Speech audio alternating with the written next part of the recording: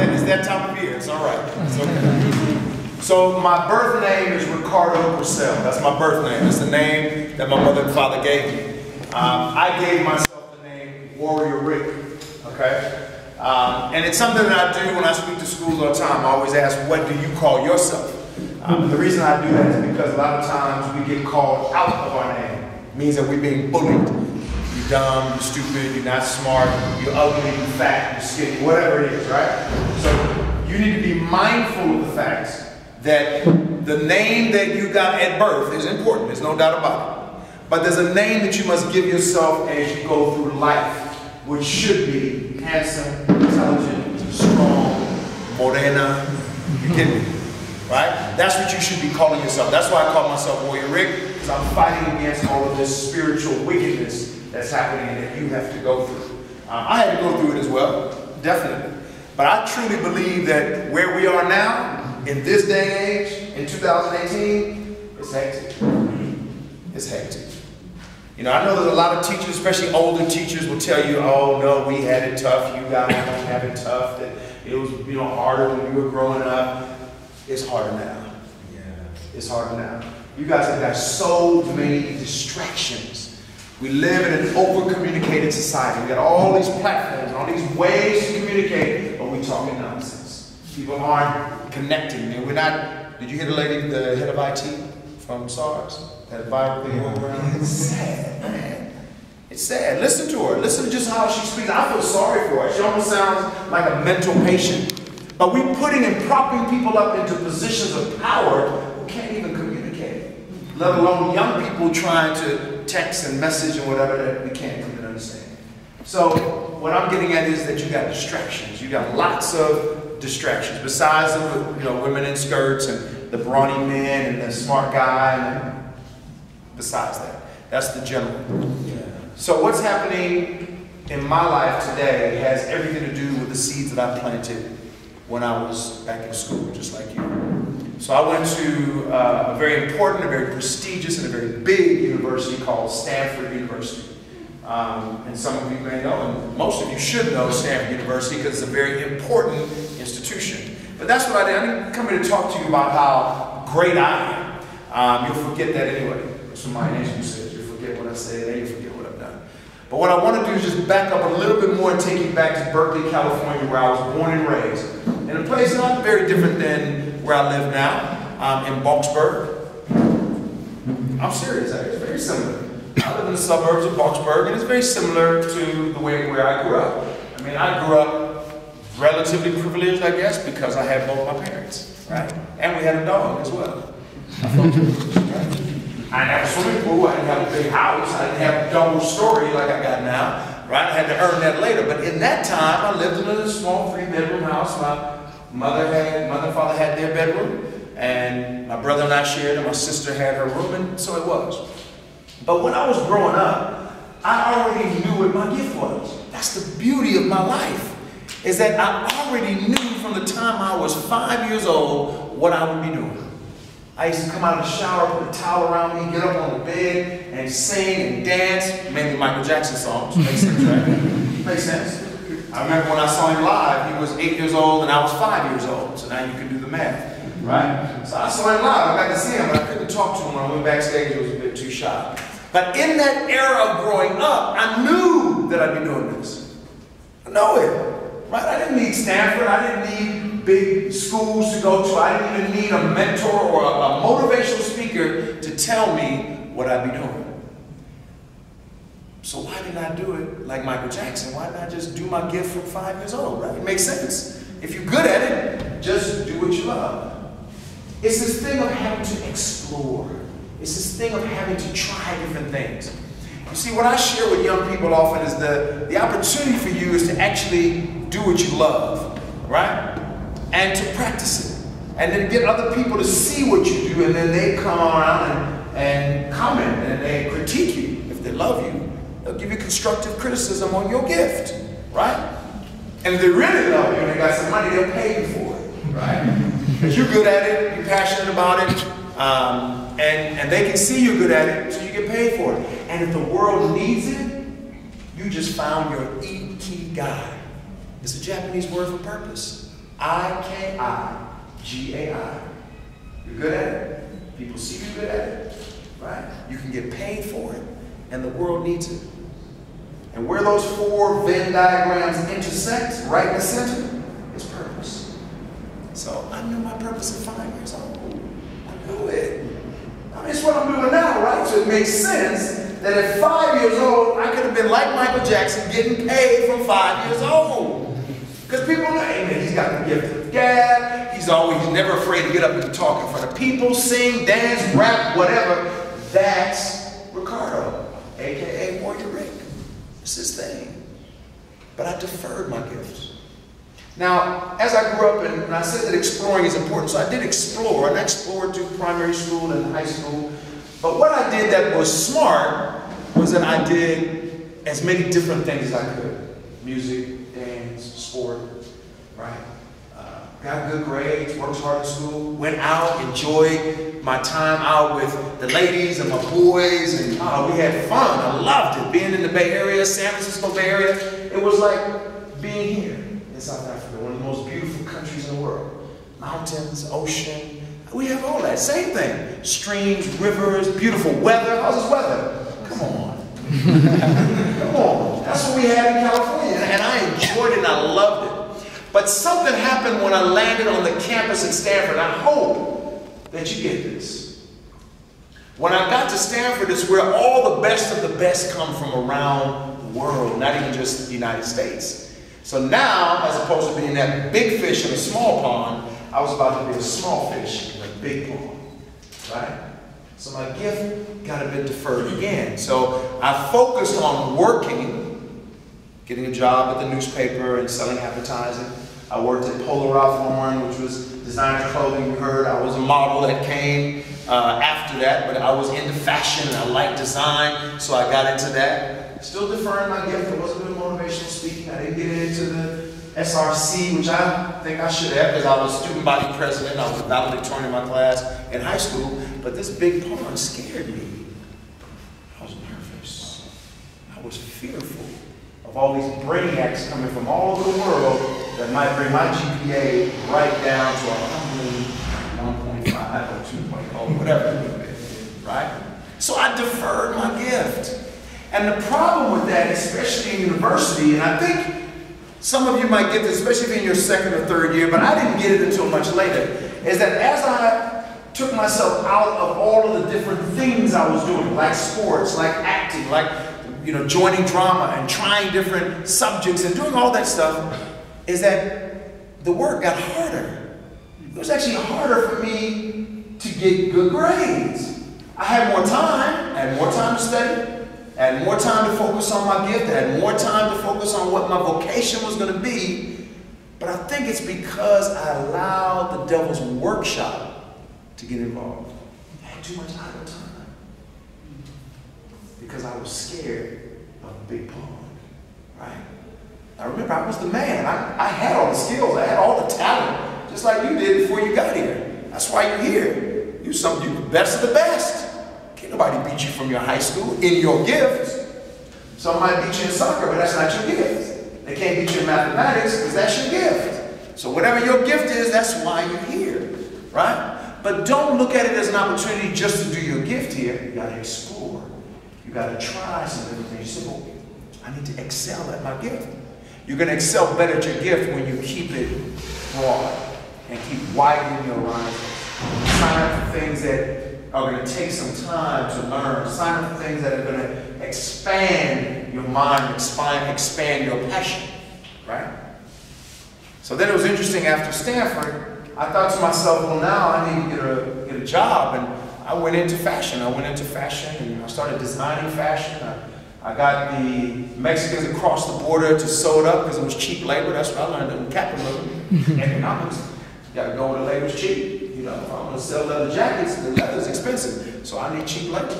And I spoke Spanish. I learned Spanish in school, so I used that. So I was clever in terms of utilizing the things I learned, right? But I still was deferring my gift because you don't hear anything about motivational speaking or public speaking in terms of fashion design. Fashion design? Really? deferring my gift, still deferring my gift after that because I started modeling. Because now that was a natural progression after fashion design, right? The market fell out in 1989, and after that I was modeling from 1990 up until 1997. And in 94, something interesting happened. I came here to South Africa in 94, as you so rightly said in the introduction. And I met Mosadi Wakahao in Boxburg. Right? First, I met her at a club called Nikki's in Rosebank, but she lived in Boxburg, right? And it's interesting when I think about my life, and I'm doing this very quickly because, you know, I want to get to the point. I want to talk about my life, it's about your life, and I want you to get this seed that when I stood on my parents' bed with that towel around me and singing and dancing and doing my gift, it wasn't for me to make money or to change the world then, but now it is. Because when I got here in South Africa, I had no intention of staying whatsoever. No intention. It was a visit, it was to do some modeling contracts, and then I'm going to go back to the States and do my life, right? But then I got caught up. I got caught up enjoying life and exploring and doing different things and expanding my horizons. And I kept coming back, well, partly because he showed up. That's my son, Mario. He's the product of my hanging out with Mom. and the beautiful thing about it is that that was the biggest challenge I ever came across. The biggest challenge I ever came across was meeting this woman and having this wonderful experience in South Africa, but I was married. I'd been married just about a year in the States, so my plan was to go back, not just to be back in the States, but to live my life there. So I want you to get this, that as you find and explore and you move around, that the challenges keep knocking you, and as you keep getting the challenges, come on, as the challenges keep hitting you, you have to recognize that it is your destiny. That's part of your destiny. I don't even talk about predestination in church. You say, well, you're predestined. Right? And maybe that's true, but we don't know God's plan.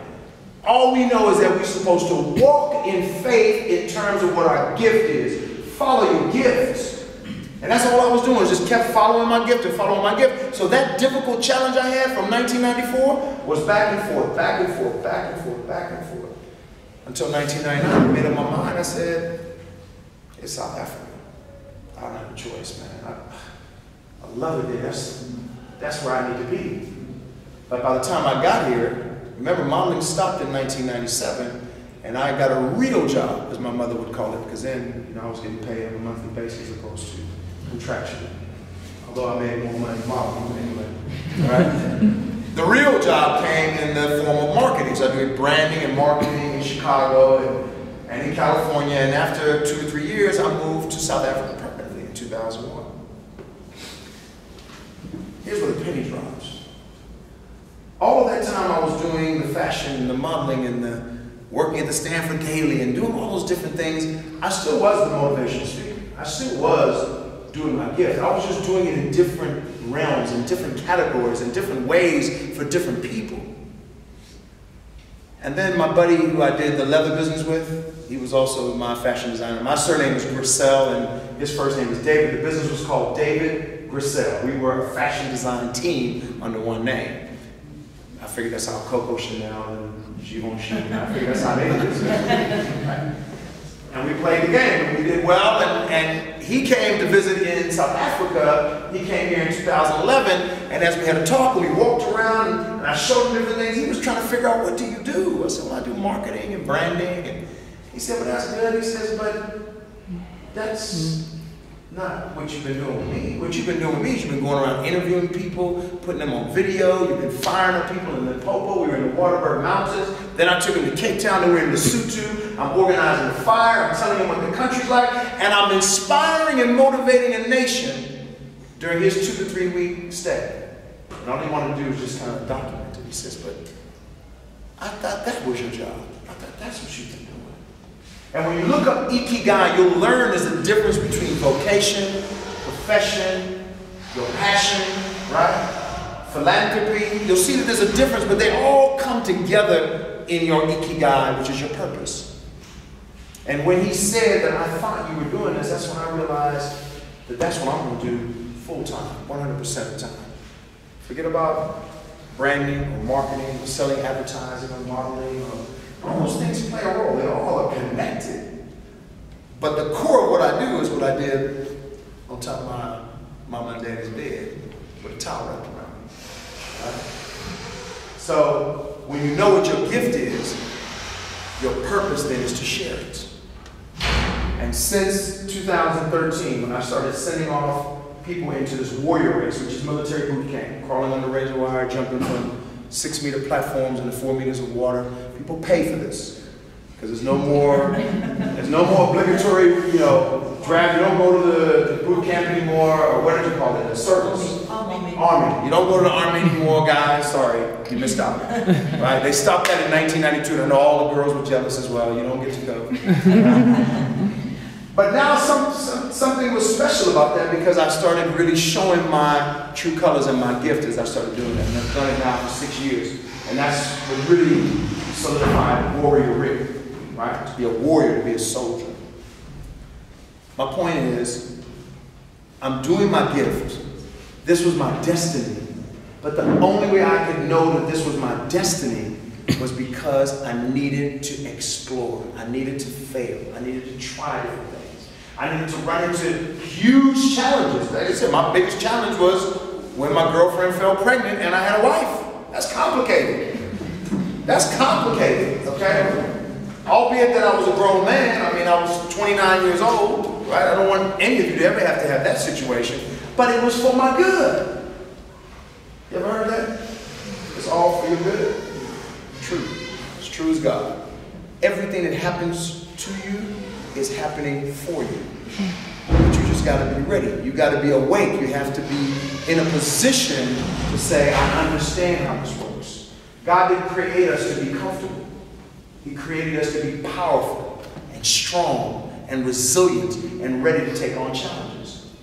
I know you got challenges. I know you. I told you. I said you have it harder than what I had. That's what I told you, right? I'm with you.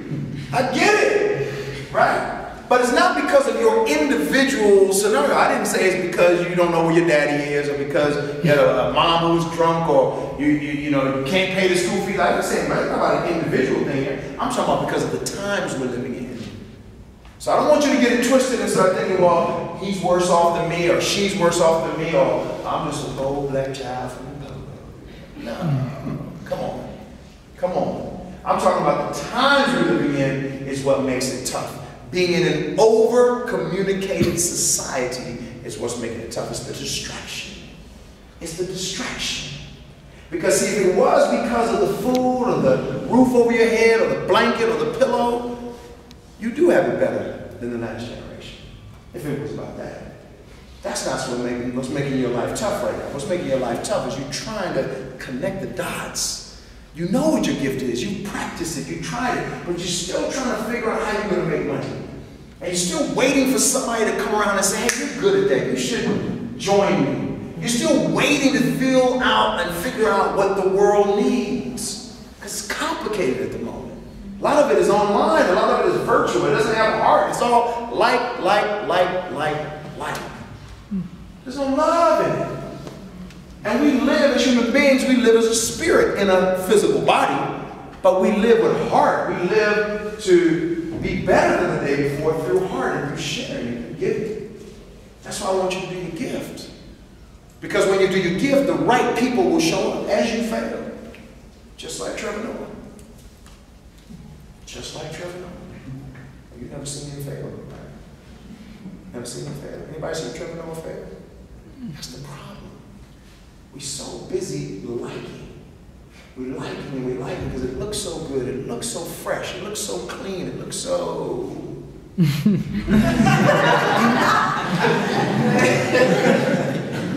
self-perfection. Right? We don't see the hard work. We don't see the dedication. We don't see the determination. We don't see the sweat. Wade Vandenkirk didn't wake up like that. It's hard work. You get all pissed off because he was playing touch rugby. Man, why did you get hurt? It's because he got passion. He loves what he does. He's a sportsman. Of course he's going to get out there and play some touch rugby. He's fast. Don't get upset at him. Right? These people are eating, sleeping, and drinking their passion every single day. I love the story with Beyonce because that whole woke up like this is exactly what the problem is.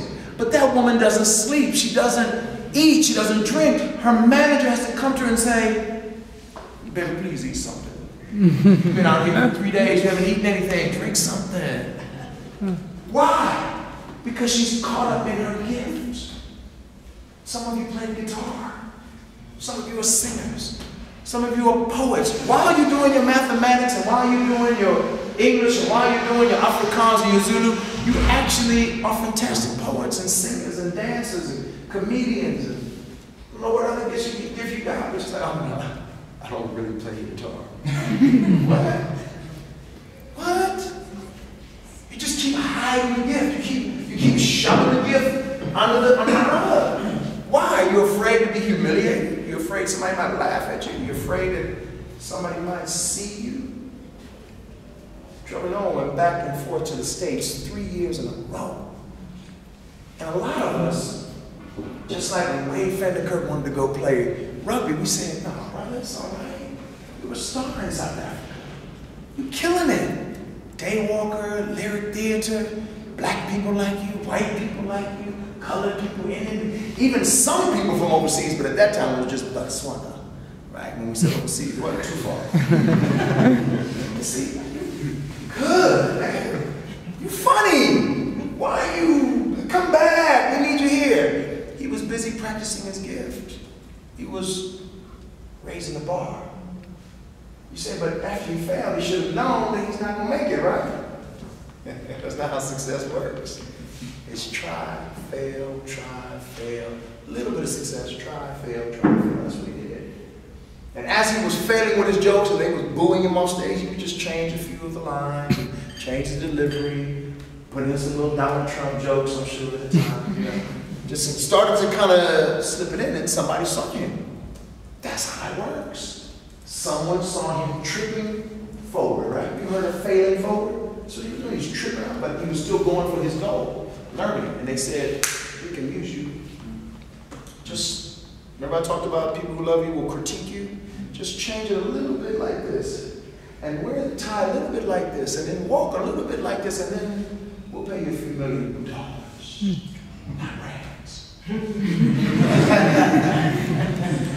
That young man, I think he might just be pushing 30, if I'm not mistaken. He's on The Daily Show. That's the biggest and the baddest show in the world. Yeah, it's shot in New York, but that's a worldwide broadcasting. His contract is sick. Why? Because he didn't stop. He didn't settle. Because we know what his gift is, clearly. Right? We know what his gift is, political satire. He's a comedic genius.